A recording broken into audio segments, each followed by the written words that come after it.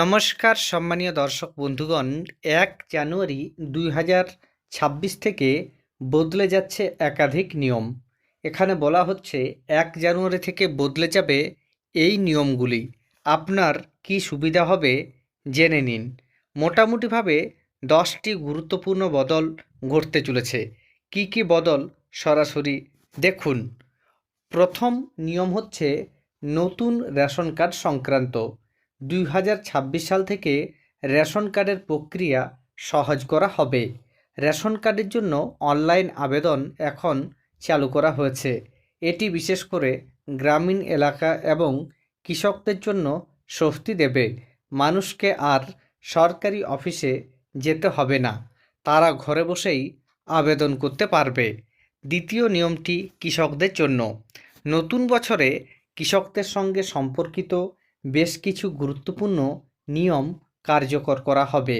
উত্তরপ্রদেশ সহ অনেক রাজ্যে কৃষক আইডি বাধ্যতামূলক করা হয়েছে। কৃষক আইডি ছাড়া পিএম কিষাণ সম্মান নিধি প্রকল্পের কিস্তি আটকে যেতে পারে। ফসল বীমা প্রকল্পে বড় পরিবর্তন আনা হবে। খারিফ 2026 থেকে বন্য প্রাণীদের ফসলের ক্ষতিও বীমার আওতায় অন্তর্ভুক্ত করা হবে।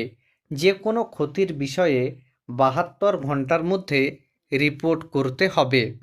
তৃতীয় পরিবর্তনটি হচ্ছে ব্যাংকিং ও আয়করের নিয়ম।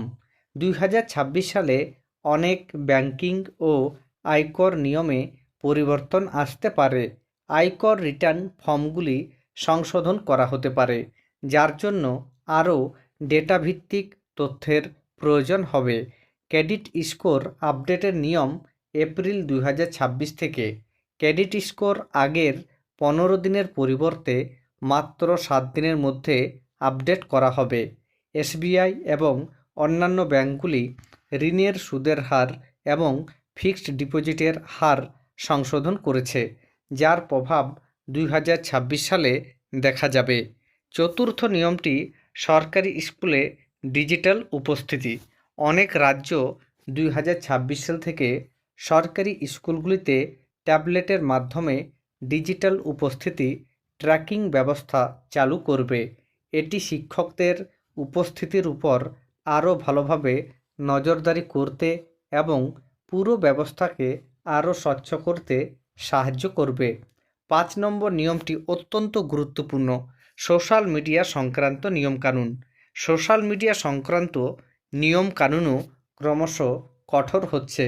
অস্ট্রেলিয়া ও মালয়েশিয়ার মতো দেশগুলোর মতো এখন 16 বছরের কম বয়সী শিশুদের সোশ্যাল মিডিয়া ব্যবহারের উপর কঠোর নিয়মকানুন প্রয়োগ করা হচ্ছে।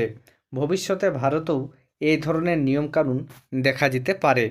6 নম্বর হচ্ছে এলপিজি গ্যাস সিলিন্ডারের দাম। প্রতি মাসের 1 তারিখে এলপিজি সিলিন্ডারের দাম পর্যালোচনা করা হয়। ডিসেম্বরে বাণিজ্যিক সিলিন্ডারের দাম 10 টাকা কমানো হয়েছিল। 1 জানুয়ারি 2026 থেকে গার্হস্থ্য গ্যাস সিলিন্ডারের দামও কমানো হতে পারে বলে আশা করা হচ্ছে। ফলে সাধারণ পরিবারগুলি স্বস্তি পাবে। 7 নম্বর পরিবর্তন অষ্টম বেতন কমিশন। এটি কেন্দ্রীয় সরকারি কর্মচারীদের জন্য একটি সুখবর হতে পারে।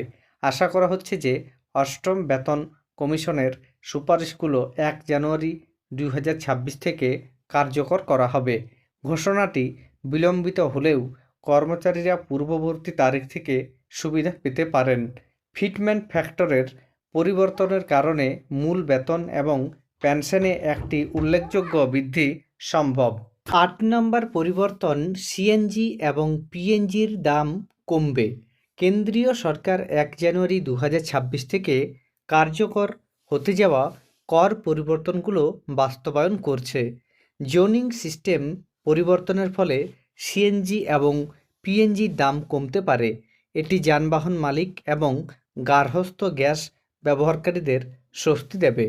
9 নম্বর যে পরিবর্তন সেটি রিয়েল এস্টেটে বিনিয়োগ করা সহজ হবে। 1 জানুয়ারি 2026 থেকে মিউচুয়াল ফান্ডগুলো দ্বারা আরইআইটি অর্থাৎ real estate investment trust equity হিসাবে গণ্য হবে।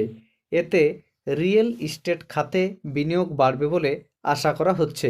ছোট বিনিয়োগকারীরাও উপকৃত হবেন। দশম পরিবর্তনটি প্যান কার্ড আধার লিঙ্ক সংক্রান্ত। আপনি যদি 1 জানুয়ারি 2026-এর মধ্যে আপনার প্যান কার্ডের সঙ্গে আধার কার্ড লিঙ্ক না করেন, তাহলে আপনার প্যান কার্ড নিষ্ক্রিয় হয়ে যেতে পারে। এর ফলে ব্যাংক লেনদেন, আয়কর রিটার্ন দাখিল এবং অন্যান্য আর্থিক লেনদেনে সমস্যা হতে পারে। ধন্যবাদ।